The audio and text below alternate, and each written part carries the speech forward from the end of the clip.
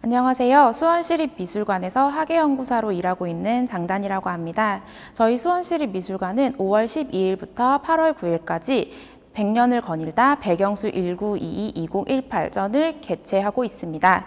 코로나19로 외출이 힘든 요즘 영상으로나마 저희 전시를 만나보실 수 있도록 간략하게 소개해드리도록 하겠습니다. 저희 전시는 총 2부로 나뉘어지는데요. 1부인 백영수의 삶을 거닐다와 2부인 백영수의 작품을 거닐다로 구성됩니다. 먼저 그중 첫 번째 부분인 백영수의 삶을 거닐다를 관람하시겠습니다. 100년을 거닐다 백영수 1922-2018의 일부 전시가 진행되고 있는 1전시실입니다. 이곳은 백영수의 삶을 거닐다라는 제목으로 아카이브 자료들을 보실 수 있는데요. 특히 중앙에 있는 이 아뜰리에는 실제로 백영수 작가가 작품을 제작할 때 사용하였던 붓과 물감, 이젤 등의 기물이 있습니다.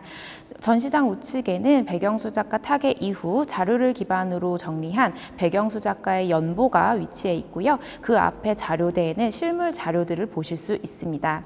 전시실 우측으로는 1998년작 모성의 나무와 2001년 작품 귀로를 제작하는 모습이 담긴 영상이 재생되고 있고, 타계한 백영수 작가의 활동이 어떠하였는지 그의 삶을 지인들의 이야기를 통해서 들어볼 수 있습니다.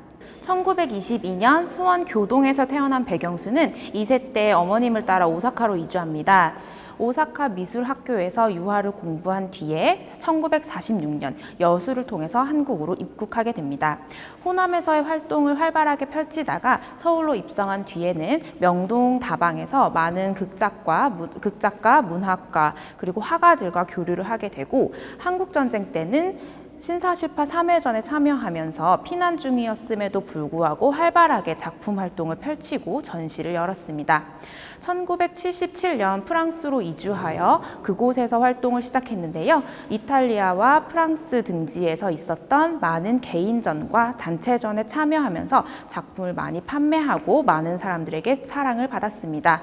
그의 작품은 따뜻한 가족이나 어머니와 아이를 그린 것들이 많은데요. 차분한 색채와 단순한 형태로 그린 그의 작품은 많은 사람들에게 큰 위로와 휴식을 주었다고 합니다.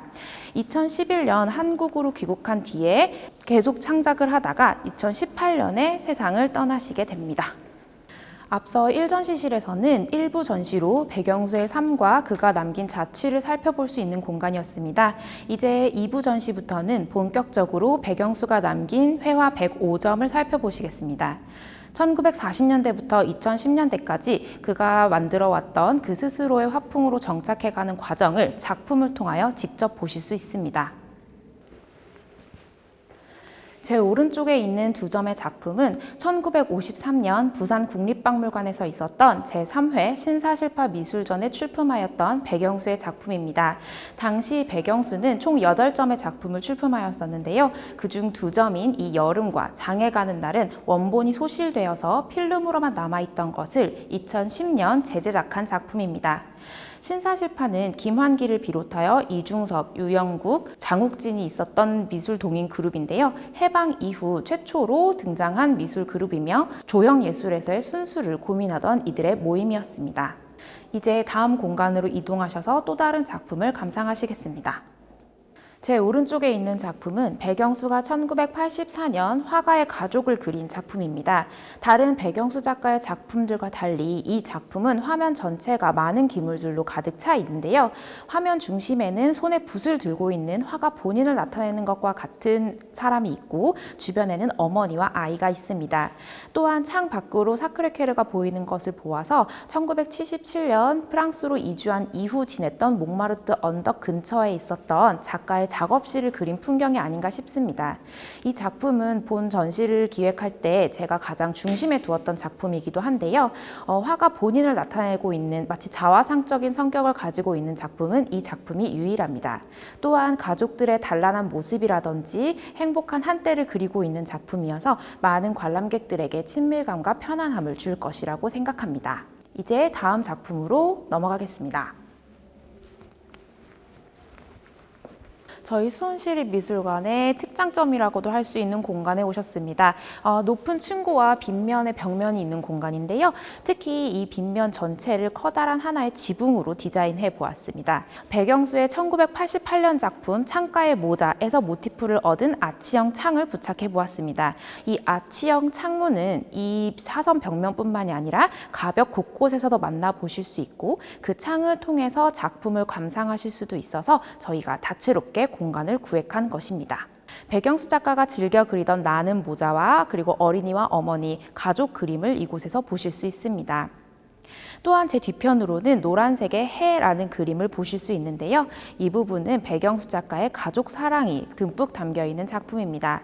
굉장히 춥고 습한 날씨인 노르망디 작업실에 거주할 당시 외출을 마치고 돌아온 아내 김명애가 벌벌 떨면서 실내로 들어오자 따뜻하게 해주겠다면서 즉석에서 합판을 잘라 그려 제작한 작품입니다. 2층 사전시실에서 보실 수 있는 작품은 1998년 백영수가 제작한 마라케시 풍경이라는 작품입니다. 1940년대부터 1990년대까지 앞서 보신 작품들과는 굉장히 다른 형태와 색을 가지고 있는 것을 보실 수 있습니다. 이것은 작가 백영수가 모로코 마라케시에서 여행을 마친 뒤에 제작하기 시작한 그림들로 모로코의 이국적인 건축물과 창과 문 등을 보고 나서 그것에 영향을 받았다고 합니다.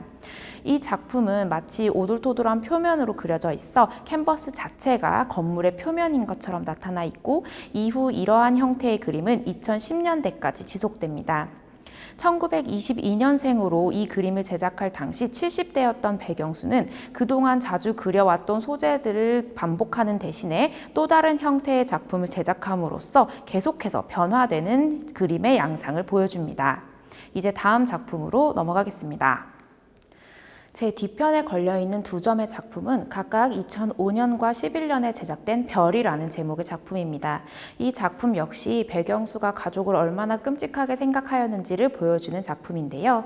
백영수의 아내 김명애는 밤에 별을 관찰하는 것을 굉장히 즐겼다고 합니다. 그러나 모든 일상을 함께 했지만 그날따라 별을 보기에는 춥고 피곤하였던 백영수가 별을 보러 나가지 않게 해주려고 이 작품을 그려서 아내 김명애에게 선물하였다는 일화가 전합니다. 백영수는 이렇게 2000년대에 들어서 캔버스의 크기가 점차 커지고 좀 더 추상적인 경향의 작품들을 많이 작업하게 됩니다. 이제 다음 마지막 작품으로 넘어가겠습니다. 마지막으로 감상하실 작품은 2011년 제작된 귀로입니다. 그동안 백영수가 수차례 그려왔던 모자상에서의 모자에서 아이는 과연 누구인가에 대한 질문이 굉장히 많았었는데요. 이 작품이 그러한 질문에 대한 답변이 될 것이라고 생각합니다. 2011년 작가 백영수는 프랑스에서의 생활을 접고 한국으로 귀국하는데 그 귀국길에서 그린 드로잉이 이 작품의 원형입니다. 그동안의 어머니와 아이에서는 전혀 나타나지 않았던 형태가 나타나는데요. 바로 나귀를 타고 있는 소년의 얼굴에 수염이 자라 있는 것을 볼 수 있습니다. 이것은 한평생 백영수가 그려왔던 모자상에서의 아이가 본인 스스로를 지칭하는 것임을 알 수 있는 부분이기도 합니다. 지금까지 3개의 전시실에 걸쳐 100년을 거닐다 백영수 1922-2018전을 관람하셨습니다. 100년여에 걸쳐 한 생애 동안 끊임없이 창작에 매진했던 백영수 작가의 삶을 널리 알리고 그의 작품에 대한 연구가 더욱더 충실하게 진행되기를 바랍니다. 외출이 힘든 요즘 저희 미술관에 있는 이 전시를 통해서 더욱 단란하고 따뜻한 가족 그림을 감상하시길 바랍니다. 감사합니다.